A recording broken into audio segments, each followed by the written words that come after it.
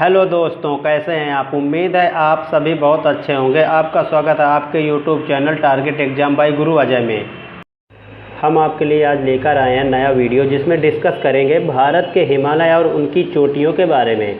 तो दोस्तों, जो भी अभी तक हमारा चैनल सब्सक्राइब ना किया हो तो चैनल को सब्सक्राइब कर लें और बेल आइकन को ज़रूर प्रेस करें, जिससे कि आने वाली वीडियो का नोटिफिकेशन मिलता रहे। दोस्तों, यह सेशन आपके लिए बहुत ही उपयोगी होने वाला है किसी भी एग्ज़ाम के लिए, जैसे कि SSC, railway, bank, state level exam, army और अन्य एग्ज़ाम में बहुत ही उपयोगी होगा। तो चलते हैं सेशन में। हम सबसे पहले जानेंगे इंडियन ज्योग्राफी के बारे में, ठीक है। तो इंडियन ज्योग्राफी को 4 तरीके से पढ़ेंगे। नंबर जैसे खगोलीय, एस्ट्रोनॉमी, जियोलॉजी भूगर्भ, ट्रोपोग्राफी भूआकृति विज्ञान, जियोग्राफी भूगोल। हम सबसे पहले जानेंगे भूगोल के बारे में। पृथ्वी को ज़्यादातर लोग गोल बताते हैं, लेकिन पृथ्वी गोल ना होकर जियोड है। तो भारत के भूगोल को 4 भागों में बांटकर अध्ययन करेंगे, ठीक है। भारत के भूगोल को 4 भागों में बांटकर अध्ययन करेंगे। सबसे पहले देखो, इसमें जियोग्राफी पढ़ेंगे। जियोग्राफी मतलब पहले हम सबसे पहले भू अध्ययन करेंगे। भू मीन्स जमीन, अध्ययन मतलब स्टडी मतलब अध्ययन, जमीनी अध्ययन, जमीन का अध्ययन करेंगे, ऊपरी भाग का अध्ययन करेंगे। तो भारत के भूगोल को 4 भागों में बांटकर अध्ययन करेंगे, जिसमें आपके जो भाग हैं, सबसे पहले आपका पर्वतीय श्रृंखला, पर्वतीय भाग, मैदानी भाग, पठारीय भाग, तट और द्वीप, ठीक है। तट और द्वीप तो 5 तरीके से होते हैं, ठीक है। तो तट और द्वीप को हम एक साथ कर देते हैं यहाँ पे। पर्वत श्रृंखला सबसे पहले देखते हैं पर्वत श्रृंखला, ठीक है। हिमालय अंगारा लैंड और गोंडवाना लैंड के टकराने से बना है, ठीक है। अंगारा लैंड और गोंडवाना लैंड 2 अलग अलग प्लेटें थी, ठीक है, अलग अलग प्लेटें थी। तो आपस में जब ये टकराई तो वहाँ पे टेथिस सागर, इनके बीच में टेथिस सागर था। तो जब आपस में टकराई तो इनका जब टकराई तो टेथिस सागर ऊपर की तरफ उठ गया, तो वहीं हिमालय का निर्माण हो गया, ठीक है। तो भारत का दक्षिणी भाग पहले जो था, दक्षिणी भाग जो पहले गोंडवाना लैंड में था। तो हिमालय पर्वत की औसत चौड़ाई, हिमालय पर्वत की जो औसत चौड़ाई है 900 किलोमीटर है, और कहीं कहीं पे इसकी चौड़ाई 600 किलोमीटर है। कि जैसे आप ना पूर्वी तरफ देखेंगे तो वहाँ पे सकरा है, हिमालय जो ना सकरा है, तो वहाँ पे 600 किलोमीटर भी पाया जाता है। हिमालय की लंबाई जो है पूर्व से पश्चिम, पश्चिम से पूर्व जो भी कहें, उसकी जो लंबाई है 2500 किलोमीटर है, ठीक है। हिमालय को भी 4 भागों में बांटते हैं। हिमालय को 4 भागों में बांट कर देखते हैं। पहला आता है ऊपरी हिमालय या ट्रांस हिमालय, दूसरा बृहद हिमालय, तीसरा मध्य हिमालय या लघु हिमालय, चौथा है शिवालिक हिमालय, ठीक है। शिवालिक हिमालय को भी निम्न हिमालय कहते हैं। तो चलिए देखते हैं हम ऊपरी हिमालय, ट्रांस हिमालय को। तो देखिए इसमें मैप में आप देखिएगा, मैप में आपको क्लियर दिख रहा है, जहाँ रेड कलर का है ना, तो वहाँ पे आपका दिख रहा है वो हिमालय है, ठीक है। वैसे ही हिमालय है जहाँ जहाँ कुछ छिटपुटा हिमालय, जैसे हिंदुकुश है, कुनलुर में माउंटेन है, सुलेमान रेंज हो गया, ठीक है, नामचा बारवा। तो ये यहाँ से आपका नागा हिल्स है, गारो, खासी, जयंती, ये सब पढ़ेंगे। तो ये सब चीज़ ना हिमालय के उसमें आते हैं, ठीक है। तो चलिए हम देखते हैं ट्रांस हिमालय के बारे में। तो ट्रांस हिमालय को पार हिमालय भी कहा जाता है। ट्रांस हिमालय को पार हिमालय क्यों कहा जाता है? क्योंकि बृहद हिमालय के ना उत्तरी है। तो बृहद हिमालय देखिए, बृहद हिमालय औसत ऊंचाई बृहद हिमालय की ट्रांस हिमालय से ज़्यादा है, ठीक है। औसत ऊंचाई जो है बृहद हिमालय की ट्रांस हिमालय से ज़्यादा है, तो ठीक है। तो हिमालय की ज़्यादा, तो उत्तरी, तो उसे पार हिमालय कहते हैं, क्योंकि ऊँचाई ज़्यादा है इसकी।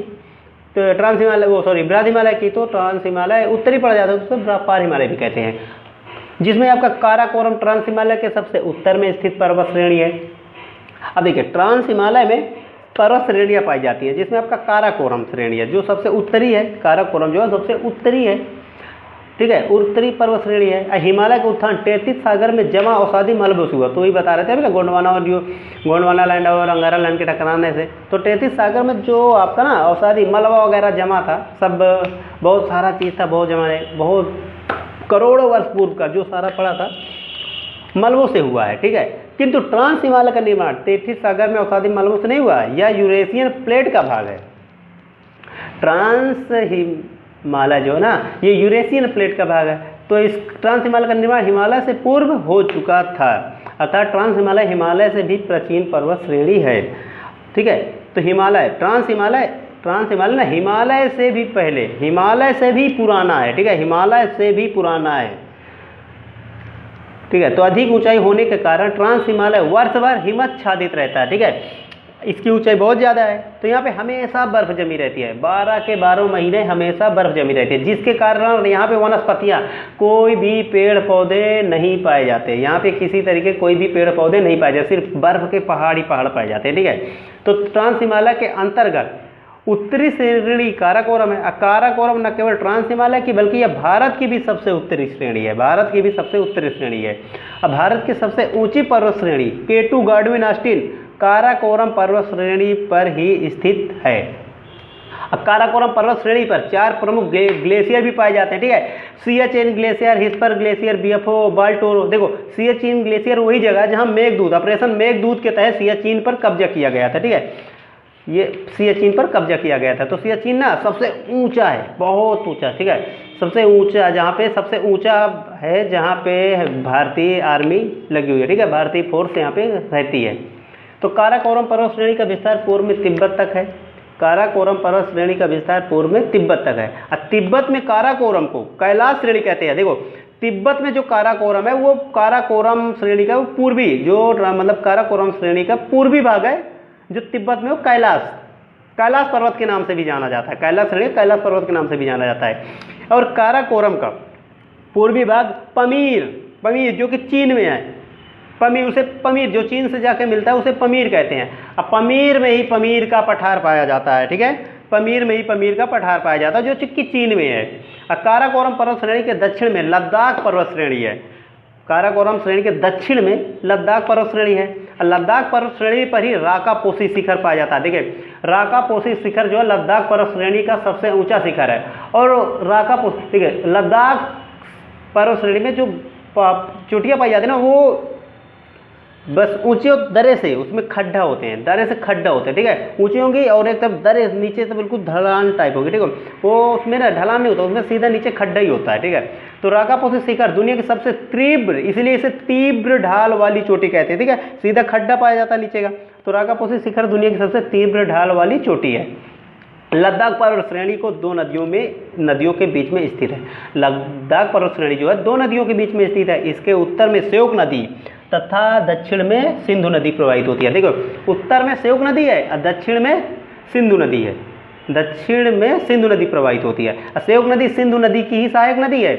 श्योक नदी जो है सिंधु नदी, क्योंकि श्योक उत्तर में श्योक नदी ही सिंधु नदी की सहायक नदी है। तो सिंधु नदी तिब्बत पठार के चोमयूंग डूंग ग्लेशियर से निकलती है। देखिए तिब्बत से निकलती है और तिब्बत से निकलते हुए ये लद्दाख होते हुए आप ना पाकिस्तान में जाती है। ठीक है, तो सिंधु नदी तिब्बत पठार में चोमयूंग डूंग ग्लेशियर से निकलती है। सिंधु नदी उद्गम स्थान से उत्तर पश्चिम की ओर बहती है।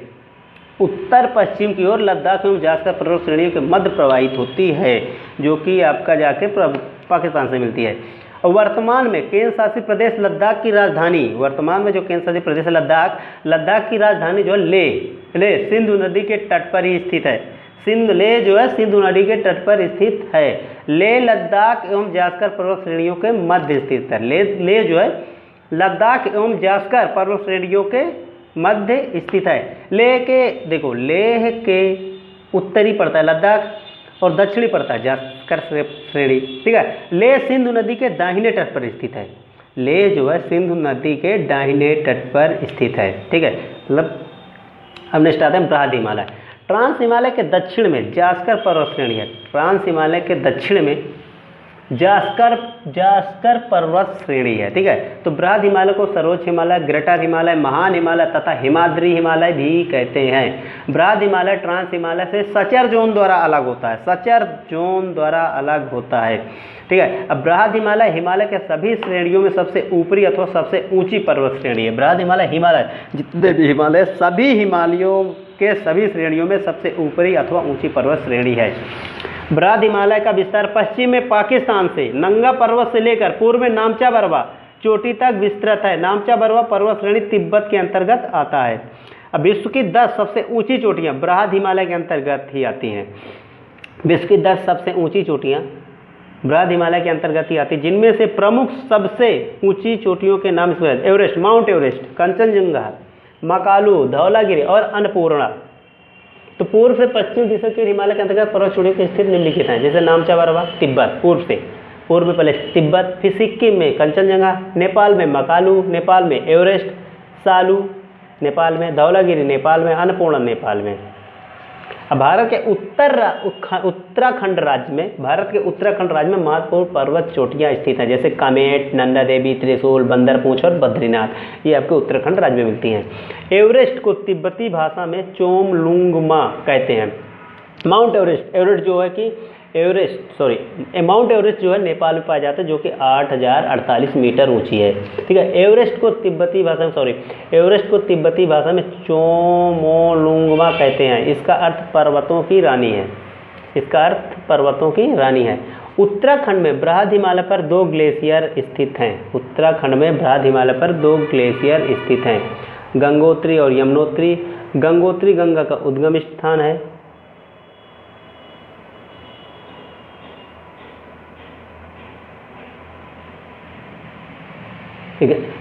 यमुनोत्री से यमुना नदी निकलती है। हिमालय की सबसे पूर्वी पर्वत श्रेणी नामचा पर्वत तिब्बत में है। हिमालय की सबसे पूर्वी पर्वत श्रेणी नामचा पर्वत तिब्बत में है, ठीक है। तो लघु हिमालय बृहद हिमालय के दक्षिण में पूर्व से लेकर पश्चिम तक उसके साथ विस्तृत है, ठीक है।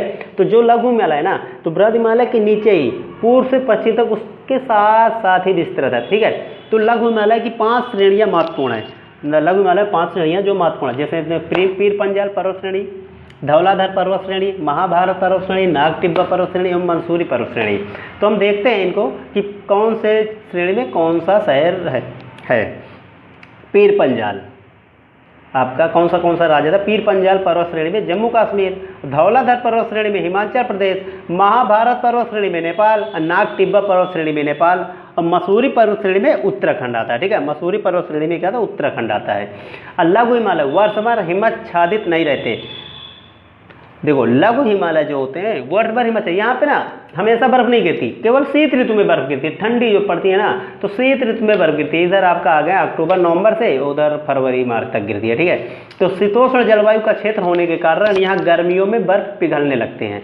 जब गर्मी हल्की हल्की होने लगती है तो ना यहाँ बर्फ पिघलने लगते हैं। तो यहाँ पर ना बहुत अच्छे घास के मैदान पाए जाते हैं, जिनको यहाँ पे मार्ग कहते हैं, ठीक है। तो देखते हैं आगे अभी, जहाँ एक और बृहद हिमालय वर्ष भर हिमच्छादित रहता है, जिसके कारण यहाँ वनस्पतियाँ नहीं पाती। देखो बृहद हिमालय भी वर्ष भर हिमच्छादित है, तो वहाँ भी वनस्पतियाँ नहीं पाई जाती। वहीं लघु हिमालय शीतोष्ण जलवायु का क्षेत्र होने के कारण, लघु हिमालय जो है शीतोष्ण जलवायु होती है, ठीक है। यहाँ पे कारण यहाँ पे लघु हिमालय की ढालों पर शीतोष्ण मुलायम घास के मैदान पाए जाते हैं, ठीक है। यहाँ पे घास के मैदान पाए जाते हैं। लघु हिमालय के अंतर्गत शीतोष्ण मुलायम घास के मैदानों को जम्मू कश्मीर में मर्ग कहते हैं, ठीक है। तो यहाँ पे जो जम्मू कश्मीर और जो इसमें ना बहुत सारे मर्ग पाए जाते हैं, मतलब मर्ग जो घास के मैदान होते हैं उन्हें मर्ग कहते हैं। तो उसी में उदाहरण के जैसे इसमें आता है गुलमर्ग हो गया, सोनमर्ग हो गया आदि इत्यादि बहुत सारे मर्ग ऐसे नाम दिए गए हैं, जो कि जम्मू कश्मीर हो गया आपका, हिमाचल प्रदेश, ये सब पाए जाते हैं, ठीक है।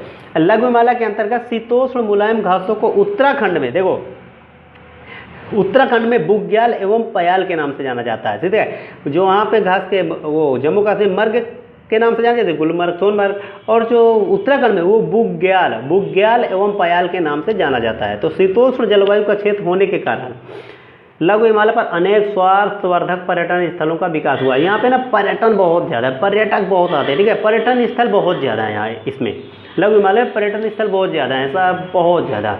विभिन्न राज्यों में इन पर्यटन स्थलों का विवरण निम्नलिखित देते हैं, ठीक है। जैसे कि राज्य पर्यटन स्थल देख लीजिए, आपका टेबल में दे रखे हैं। राज्य हो गया जम्मू कश्मीर, गुलमर्ग, सोनमर्ग, हिमाचल प्रदेश, शिमला, मनाली, कुल्लू, डलहौजी, उत्तराखंड, मसूरी, रानीखेत, नैनीखेल, बिंडसर, बहुत अच्छी अच्छी जगह हैं। शिवालिक हिमालय की सबसे नवीन पर्वत श्रृंखला है और अन्य तीनों पर्वत श्रृंखलाओं में सबसे कम ऊंचाई वाला क्षेत्र है। शिवालिक हिमालय को वायु हिमालय भी कहा जाता है। बृहद हिमालय को आंतरिक हिमालय कहते हैं। शिवालिक हिमालय श्रेणी का स्वतंत्र अस्तित्व कोसी नदी तक ही दिखाई देता है। कोसी नदी के पूर्व में शिवालिक हिमालय लघु हिमालय से बिल्कुल संबद्ध हो गया है, अलग हो गया है, क्योंकि हिमालय का विस्तार पूर्व में अत्यंत सकरा है। कोसी नदी नेपाल से निकलकर भारत के बिहार राज्य में प्रवेश करती है और गंगा नदी से मिल जाती है। अरुणाचल प्रदेश में शिवालिक 4 अलग अलग पहाड़ियों के रूप में बिखरा हुआ है नजर आता है, ठीक है, बिखरा हुआ नजर आता है। पश्चिम से पूर्व की ओर कौन सा इनके नाम है? डाफला, मिरी, अबोर और मिसमी, ये सारे पश्चिम से पूर्व की ओर हैं, ठीक है। तो ये सारे जो ना, ये डाफला, मिरी, अबोर और मिसमी पहाड़ियों का नामकरण यहाँ रहने वाली जनजातियों के नाम पर रखा गया है। यहाँ की जो जनजाति है ना उनके नाम पर ये जो अब श्रेणियाँ है ना उनके नाम पर रखा गया है। लघु हिमालय एवं शिवालिक हिमालय के मध्य घाटियों को उत्तराखंड में दून एवं द्वारका कहा जाता है। ठीक है, शिवालिक हिमालय के देखो मध्य घाटियों को उत्तराखंड में जो पश्चिमी तरफ उन्हें दून और पूर्वी तरफ द्वार कहा जाता है। तो उन्हीं में दून, पश्चिमी तरफ देहरादून, पूर्वी तरफ जैसे हरिद्वार वगैरह। ठीक है, तो हिमालय पश्चिम और पूर्वी छोर पर दक्षिण की ओर मुड़ा हुआ है। हिमालय जो है पश्चिम और पूर्वी छोर पर दक्षिण को ओर मुड़ा हुआ है। अब पश्चिम छोर सिंधु गार्ज के पास है, पूर्वी छोर दिहांग गार्ज के पास स्थित है। दिहांग ब्रह्मपुत्र नदी को ही कहा जाता है। खड़ी ढाल वाले घाटी को आई आकार की घाटी, गार्ज या कैनियन कहते हैं। अब भारत में एंथ्रेसाइट कोयले का भंडार कारगिल में जास्कर पहाड़ी के गन के अंतर्गत पाया जाता है। तो ये ऐसा आपका सेशन खत्म होता है। ठीक है, तो आपसे हम विदा चाहेंगे, मिलते हैं आपसे नेक्स्ट सेशन में।